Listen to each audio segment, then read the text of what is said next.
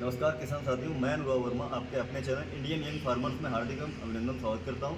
तो कैसे हैं आप लोग? उम्मीद करता हूं आप लोग अच्छे और स्वस्थ होंगे। आज हम आ चुके हैं एक नए वीडियो के साथ में, जिसका टॉपिक आपका जो मुर्गियां हैं उसके पालन में शुरुआत अगर आप करना चाहते हैं तो उसमें सेड की क्या लागत आती है उसके बारे में बताया जाएगा। और हमारे साथ में जो आज किसान भाई जुड़े हुए हैं वो मोहम्मद आरिफ हैं। और देर ना करते हुए आइए आपका परिचय कराते हैं उनसे। नमस्कार आरिफ भाई, कैसे हैं? नमस्कार जी। किसान भाइयों को अपना परिचय दे दीजिए। जी, मेरा नाम मोहम्मद आरिफ है। मैं अपना फार्म ये गोला मोहम्मदी मार्ग निकट ममरी पड़ता है, जिला लखीमपुर खीरी। जैसे कि हम लोगों ने एक वीडियो और भाई के साथ में बनाया था जो कड़कनाथ मुर्गी के ऊपर था, तो इनको काफ़ी एक्सपीरियंस हो चुका है, 2-3 साल से लगभग काम कर रहे हैं। तो ये जो आप शेड देख रहे हैं ये बॉयलर जो मुर्गियां हैं उनके लिए बना हुआ है। और आप भी अगर नए हैं और शेड बनाने को सोच रहे हैं, पच्चियाँ डालने को सोच रहे हैं, नए किसान हैं, तो उसके लिए अच्छी जानकारी आपको दी जाएगी। तो आरिफ भाई ये बताइए, ये जो अपना शेड है ये कितने वर्ग फीट का है और क्या इसमें कितने बच्चे इसमें आ सकते हैं? देखिए, इसकी लंबाई है 180 फीट लंबाई जी, और चौड़ाई है 30 फीट। 30 तो ये 5400 स्क्वायर फीट बन जाता है। 5400 स्क्वायर हाँ फीट। जी। और इसमें आपका जो चेक प्लेसमेंट का जो रेशियो आएगा वो लगभग आएगा 4500 बच्चों का। 4500 बच्चे मतलब इसमें आराम से रह सकते हैं। हाँ जी। मतलब ये तैयारी तक ठंड के टाइम पे ठंड के आप टाइम पे 4500 बच्चे इसमें कर सकते हैं। जी गर्मियों में आप 4000 का इसमें डाल सकते डाल सकते हैं। मतलब कहने का मतलब ये है कि 4000 बच्चे आराम से इसमें खेल कूद के बच्चे से लेकर मेच्योरिटी तक आराम से रह हैं, सकते आराम हैं। से हो जाएगा। अच्छा, ये जैसे इसमें ये काफ़ी मजबूत आपका बाड़ा दिख रहा है, बहुत ज़्यादा इसमें लोहा वगैरह आपने यूज़ किया। आप दिखा दीजिए ये सारे जो लोहे के एंगल्स वगैरह लगे हैं।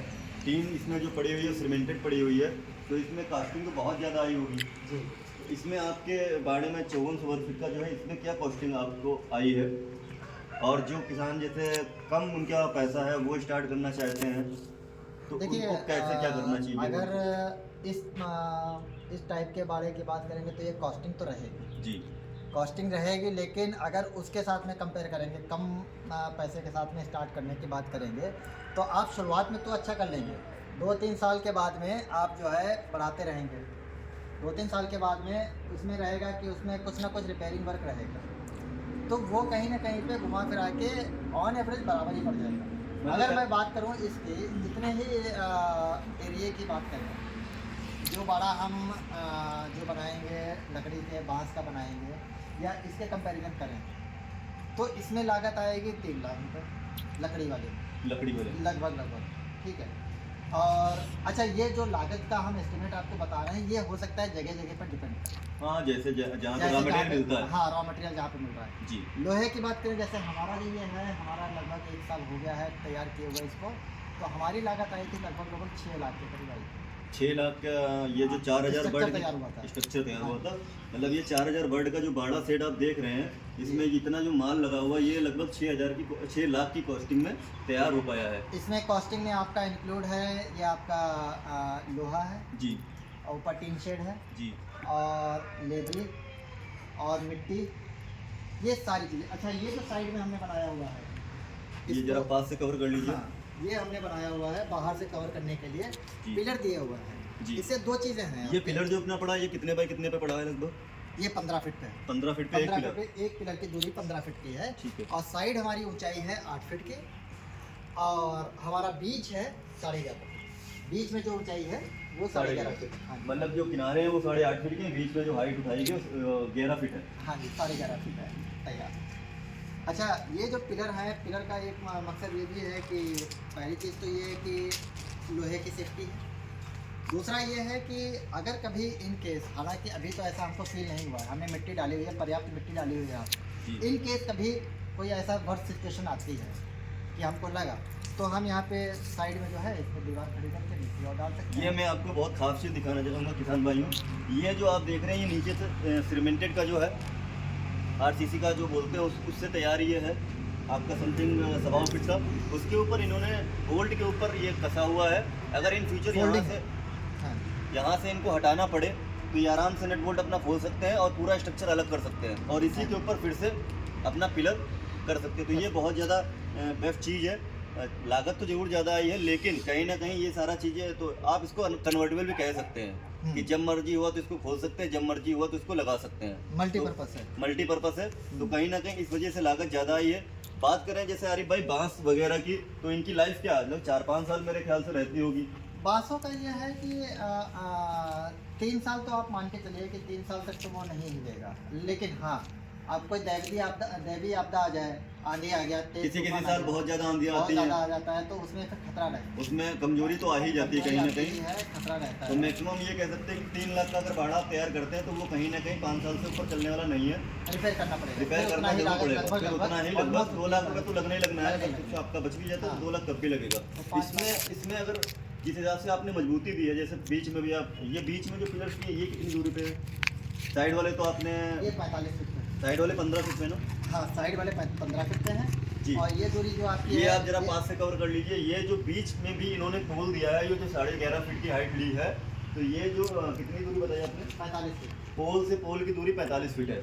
मतलब ये बाड़ा मेरे ख्याल से इतना मजबूत बना हुआ है कि इसमें कोई भी दिक्कत आए, जैसे नॉर्मली आंधी तूफान जो आते हैं हर साल, उस हिसाब से भी अगर इसको देखा जाए तो मेरे ख्याल से आरिफ भाई इसकी लाइफ 15-20 साल तो कहीं नहीं, क्योंकि ये जितना भी लोहा लगा हुआ है ये आपका छाया में है, छाया तो में कोई है। रस्ट वगैरह आने की दिक्कत नहीं है। और इस पे एक काम और भी किसान भाई कर सकते हैं, अगर उनके पास साधन है या उनके पास थोड़ा एक्स्ट्रा बजट लगाने को, तो इस पे प्राइमर लगा के पेंट भी वो कर सकते प्राइमर कर सकते हैं, वो तो लोहे की लाइफ बढ़ाएगा, हैं, लाइफ बढ़ा देगा, क्योंकि इसको जितना ऑक्सीजन मिलेगा लोहे को वो ऑक्सीडाइज होगा, रस्टिंग आएगी। हाँ प्राइमर कर दिया, इसके ऊपर आप पेंट कर सकते हैं, वो आप सेल्फ डिपेंड है, आप उस पर जो है आप कर सकते हैं।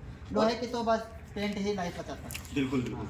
और आप देख सकते हैं पूरे बाड़े में, आप मैं दिखाना चाहूँगा, इसमें लोहा बहुत ही ज़्यादा लगा हुआ है, एंगल काफ़ी मोटे हैं, ये नहीं कोई हल्के एंगल हों, काफ़ी मोटे एंगल लगे हुए हैं।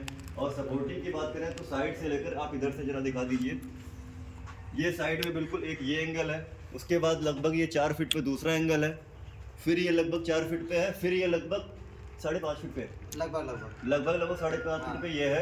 तो आधा जो सेट है 18 फीट की, सॉरी 16 फीट की ये आपकी टीन शेड पड़ी हुई है ऊपर। हाँ 16 फीट की 10 टीन फीट शेड का है, एक है, 6 फीट का एक। और 16 फीट में इन्होंने 4 जो सपोर्ट है, ये 4 एंगल डाले हुए हैं इधर, और 4 ही एंगल डाले हुए हैं इधर।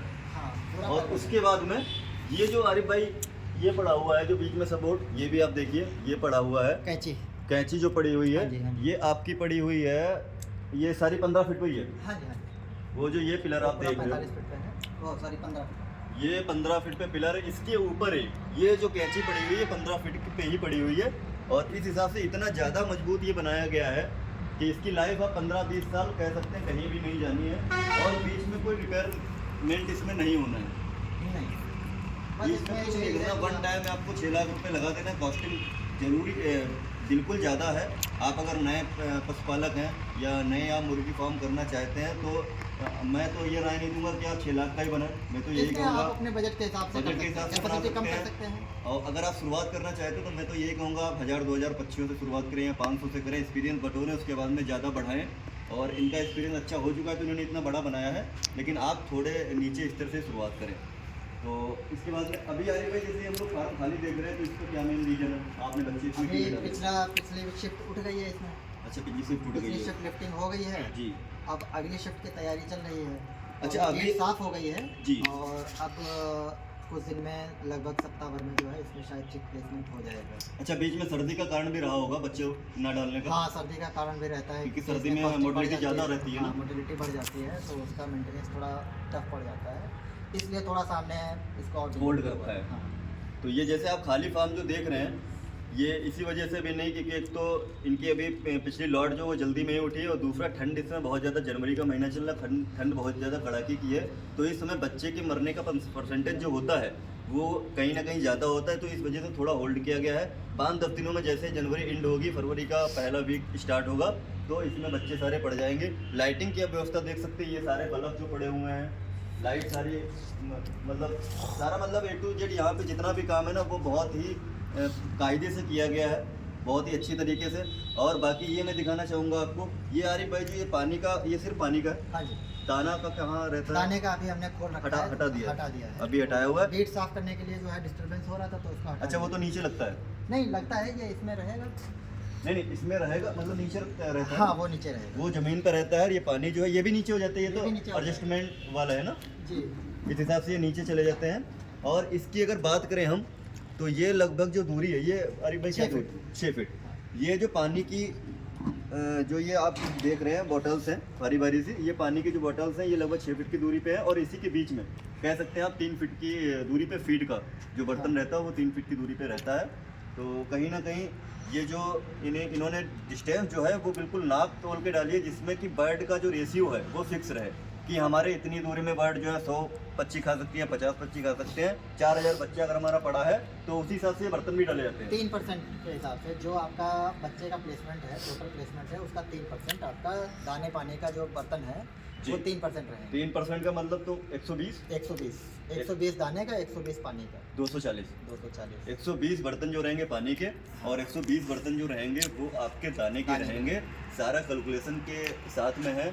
और मैं बहुत ज़्यादा टाइम नहीं लूँगा वीडियो पे, लेकिन वीडियो को पूरा जोड़ देखें, सारी चीज़ें इसमें अच्छी आपको बताई गई हैं। अगर नए पशुपालक हैं, नए पक्षी आप डालना चाहते हैं तो अभी इसमें एक चीज़ और मैं जोड़ना चाहूँगा आपको जी। इसमें जैसे ये ऊपर टीन शेड जो पड़ी हुई है जी, ये गर्म होती है जी, गर्मियों में गर्मियों जब में। मई जून की जब तेज़ गर्मी होती है जी, तब ये गर्म होती है। तो इसके लिए आप जो है ऊपर फूस पुआल वगैरह, वगैरह। हाँ पुआल वगैरह डाल सकते हैं। तो वो आपका रेजिस्ट करेगा। उससे क्या होगा, इसकी लाइफ भी थोड़ी बढ़ेगी। दूसरा बच्चों के लिए जो रेजिस्टेंस होगा, गर्मी का टेम्परेचर जो होगा वो resistance मेंटेन maintain रहेगा।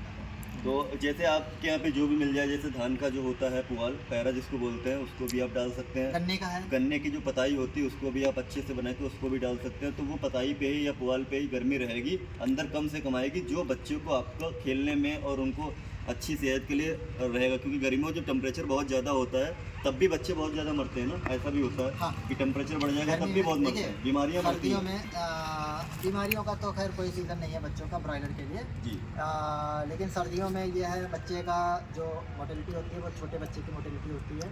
15-20 दिन का बच्चा जब होता है तब मोटिलिटी ज़्यादा रहती है, 15-20 दिन तक। लेकिन गर्मियों में जो है बड़ा बच्चा मरता है ज़्यादा, क्योंकि बड़ा- उसको टेम्परेचर एक बर्दाश्त करने की क्षमता बर्दाश्त इतनी करने नहीं की होती क्षमता है। नहीं होती है। और आरिफ भाई आपने जैसे कड़कनाथ भी उस दिन हम लोगों ने वीडियो डाला था वो भी डाला है, तो इन फ्यूचर आप किसको बढ़ावा देना चाहते हैं? दोनों की अपनी अपनी अहमियत है। अच्छा, हाँ, नहीं जैसे दोनों की अहमियत अपनी अपनी है। जैसे हमने पिछली वीडियो में बात की थी कि कड़कनाथ वर्सेस ये ब्रॉयलर का है। जी, तो ब्रॉयलर में आप 45 दिन के बाद में काम करके अपना थोड़ा पैसा खाली कर सकते हैं। उसका चाहे तो आप अगला काम बढ़ा सकते हैं, आगे काम बढ़ा सकते हैं। अच्छा, कड़कनाथ का है या दूसरे जो देसी चिक्स हैं, तो उसमें आप को लागत लगानी है शुरुआत में, फिर अच्छा प्रॉफिट देगा, लेकिन वो थोड़ा टाइम देगी। मतलब कहने का ये मतलब ये है कि अगर आपको पैसेंस है और लागत लगाने की क्षमता है तो जो ये कड़कनाथ वगैरह हैं, FG कौन सा वैरायटी आती है? हाँ, FG है, FG आई है, RIR है, RIR है। Castrol अगर आपके पास पैसेंस है, आपका बजट ठीक ठाक है तो आप उसको पाल सकते हैं। उसमें इन्वेस्टमेंट थोड़ा लंबा है लेकिन प्रॉफिट उसमें ज़्यादा अच्छा है। अगर आपका ज़्यादा लंबा रेशियो नहीं बन पा रहा है कि आपको कम ही दिनों में पैसा खाली करना है, फिर आप इस पे जा सकते हैं। इसमें हाँ। लागत भी ठीक ठाक आ जाती है ना, टीके वगैरह दवाइयाँ वगैरह प्रॉपर चलती हैं ना। इसमें अगर सेल्फ फाइनेंस पे जाएंगे तो लागत बढ़ जाती है। बाकी कंपनी के साथ में इंटीग्रेशन आप कर सकते हैं। अच्छा आरिफ भाई, ये जरूर एक चीज़ हमें बताइए किसान भाइयों को कि कंपनी के उस पे करना चाहिए ये काम या सेल्फ पे करना चाहिए? ये बेहतर एक तो चीज़ कंपनी का, बेहतर कंपनी का, उसमें कंपनी रिस्क का। कम है। उसमें रिस्क कम है, आपके मार्केट पे डिपेंडेंसी नहीं है। मतलब और अगर कोई आपकी शुरुआत लागत करना एक चाहे तो कंपनी से ट्राई कंपनी के करके साथ करे तो तो ज़्यादा उसके अच्छा। साथ कहीं ना कहीं उसको एक्सपीरियंस भी हो जाए हाँ। कि कैसे बच्चे में रखने हैं, कैसे बिल्कुल, शुरुआत करनी है, बिल्कुल। सारी चीज़ें एक्सपीरियंस बटोर ले, फिर जैसे उसको सही कंपनी लगे के सुपरवाइजर रहते हैं, वो सारी continuously जानकारी visit देते करते हैं। रहते हैं, देखते रहेंगे। जो बच्चे में दिक्कतें होंगी वो आपको बताते रहेंगे। आप उसके उनके अकॉर्डिंग चलेंगे, धीरे धीरे एक्सपीरियंस हो जाएगा। आप जब देखें आपको लग रहा है कि हाँ मार्केट के अकॉर्डिंग चल रहे हैं, तो मार्केट के हिसाब से भी आपको मार्केट की थोड़ी अनुमान हो जाए, एक्सपीरियंस हो जाए कि हाँ। हमें कब बच्चा डालना चाहिए, क्योंकि कौन इस सी टाइम पे लॉट मार्केट थोड़ी डाउन चल रही है इस जो समय कि- पे। हाँ, इस टाइम पे काफ़ी लॉस में लोग जा रहे हैं। जो प्राइवेट डाले हुए हैं वो लॉस में, अक्सर हमने लोगों से सुना हुआ है, सबका तो नहीं कह सकते, लेकिन हाँ अक्सर लोगों का सुना हुआ है प्राइवेट में डाल के लॉस घाटे में हाँ, ज़्यादातर आदमी जाता है। क्योंकि तैयारी बच्चों की जो है कॉस्टिंग बढ़ जा रही है, मार्केट उतनी मिल नहीं रही है, तो इसके अरे भाई, इस समय रेट की जैसे बात करें तो इस समय क्या बिक रहा है होलसेल में? फार्म से, फार्म से या मंडी जाता कितना डिफरेंस है? 2-4 रुपए का ही रहता होगा। हाँ फार्म से और मंडी में लगभग 2-4 रुपये का रहता है, 5 रुपये तक का डिफरेंस रहता है। जी, तो ये आपका मान के चलिए कि 84-85 के आसपास होना चाहिए पर केजी मतलब जिंदा मुर्गा। जिंदा मुर्गा। और यही आप आड़त से जब लेंगे तो 90-92 रुपये तक का आसपास जाएगा। जाएगा। और फीटिंग की बात करें तो फीटिंग तो अच्छा खासा खर्चा आ जाता है फीडिंग का बच्चे पे। खर्चा आ जा रहा है कि इस टाइम पे जो टोटल कॉस्टिंग आ जा रही है लगभग 80-85 रुपए के आसपास कॉस्टिंग आ ही जा रही है, मतलब 80-85 आ रही है, 80-85 रुपये ही जा रहा है। जा रहा है तो पर केजी। आपका इन्वेस्टमेंट है वो बराबर में ही जाएगा। नहीं 80-85 रुपये बर्ड पे आ रहा है या किलो पे आ रहा है? किलो का किलो पे आ रहा है, मतलब खर्चा आ रहा है। खर्चा इसीलिए इसमें किसान जो है माइनस में जा रहा है। माइनस में हो रहा है। तो ये बहुत बड़ी दिक्कत है। तो कहीं ना कहीं आपको राय यही दी जाएगी, कंपनी अगर के शुरुआत साथ में करना आप चाहते हैं इंटीग्रेशन कीजिए, शुरुआत कीजिए, आप एक्सपीरियंस हो जाए, अच्छा एक्सपीरियंस हो जाए, फिर आप उसके सेल्फ बाद कर में आप सकते हैं। सेल्फ कर सकते हैं। ठीक है। तो किसान भाइयों कैसी लगी आपको ये जानकारी? अगर वीडियो अच्छी लगी तो ज़्यादा से ज़्यादा लाइक और शेयर करें। चैनल पे नए हैं तो चैनल को सब्सक्राइब जरूर कर लें। और मैं आपको नंबर भी भाई का दिलवा देना, कोई दिक्कत आपको लगे या आप कुछ पूछना चाहें तो जानकारी ये दे सकते हैं। आप कमेंट बॉक्स में डाल दीजिएगा नंबर, कमेंट बॉक्स में डाल दूंगा, बोल भी दीजिए। 8010132151। ठीक है किसान भाई, ये नंबर है, मोहम्मद आरिफ इनका नाम है। कोई भी दिक्कत लगे आप फ़ोन कर सकते हैं, कोई जानकारी लेनी चाहे आप कर सकते हैं। और जल्दी मिलते हैं अगले वीडियो में, तब तक के लिए नमस्कार, जय हिंद, थैंक यू।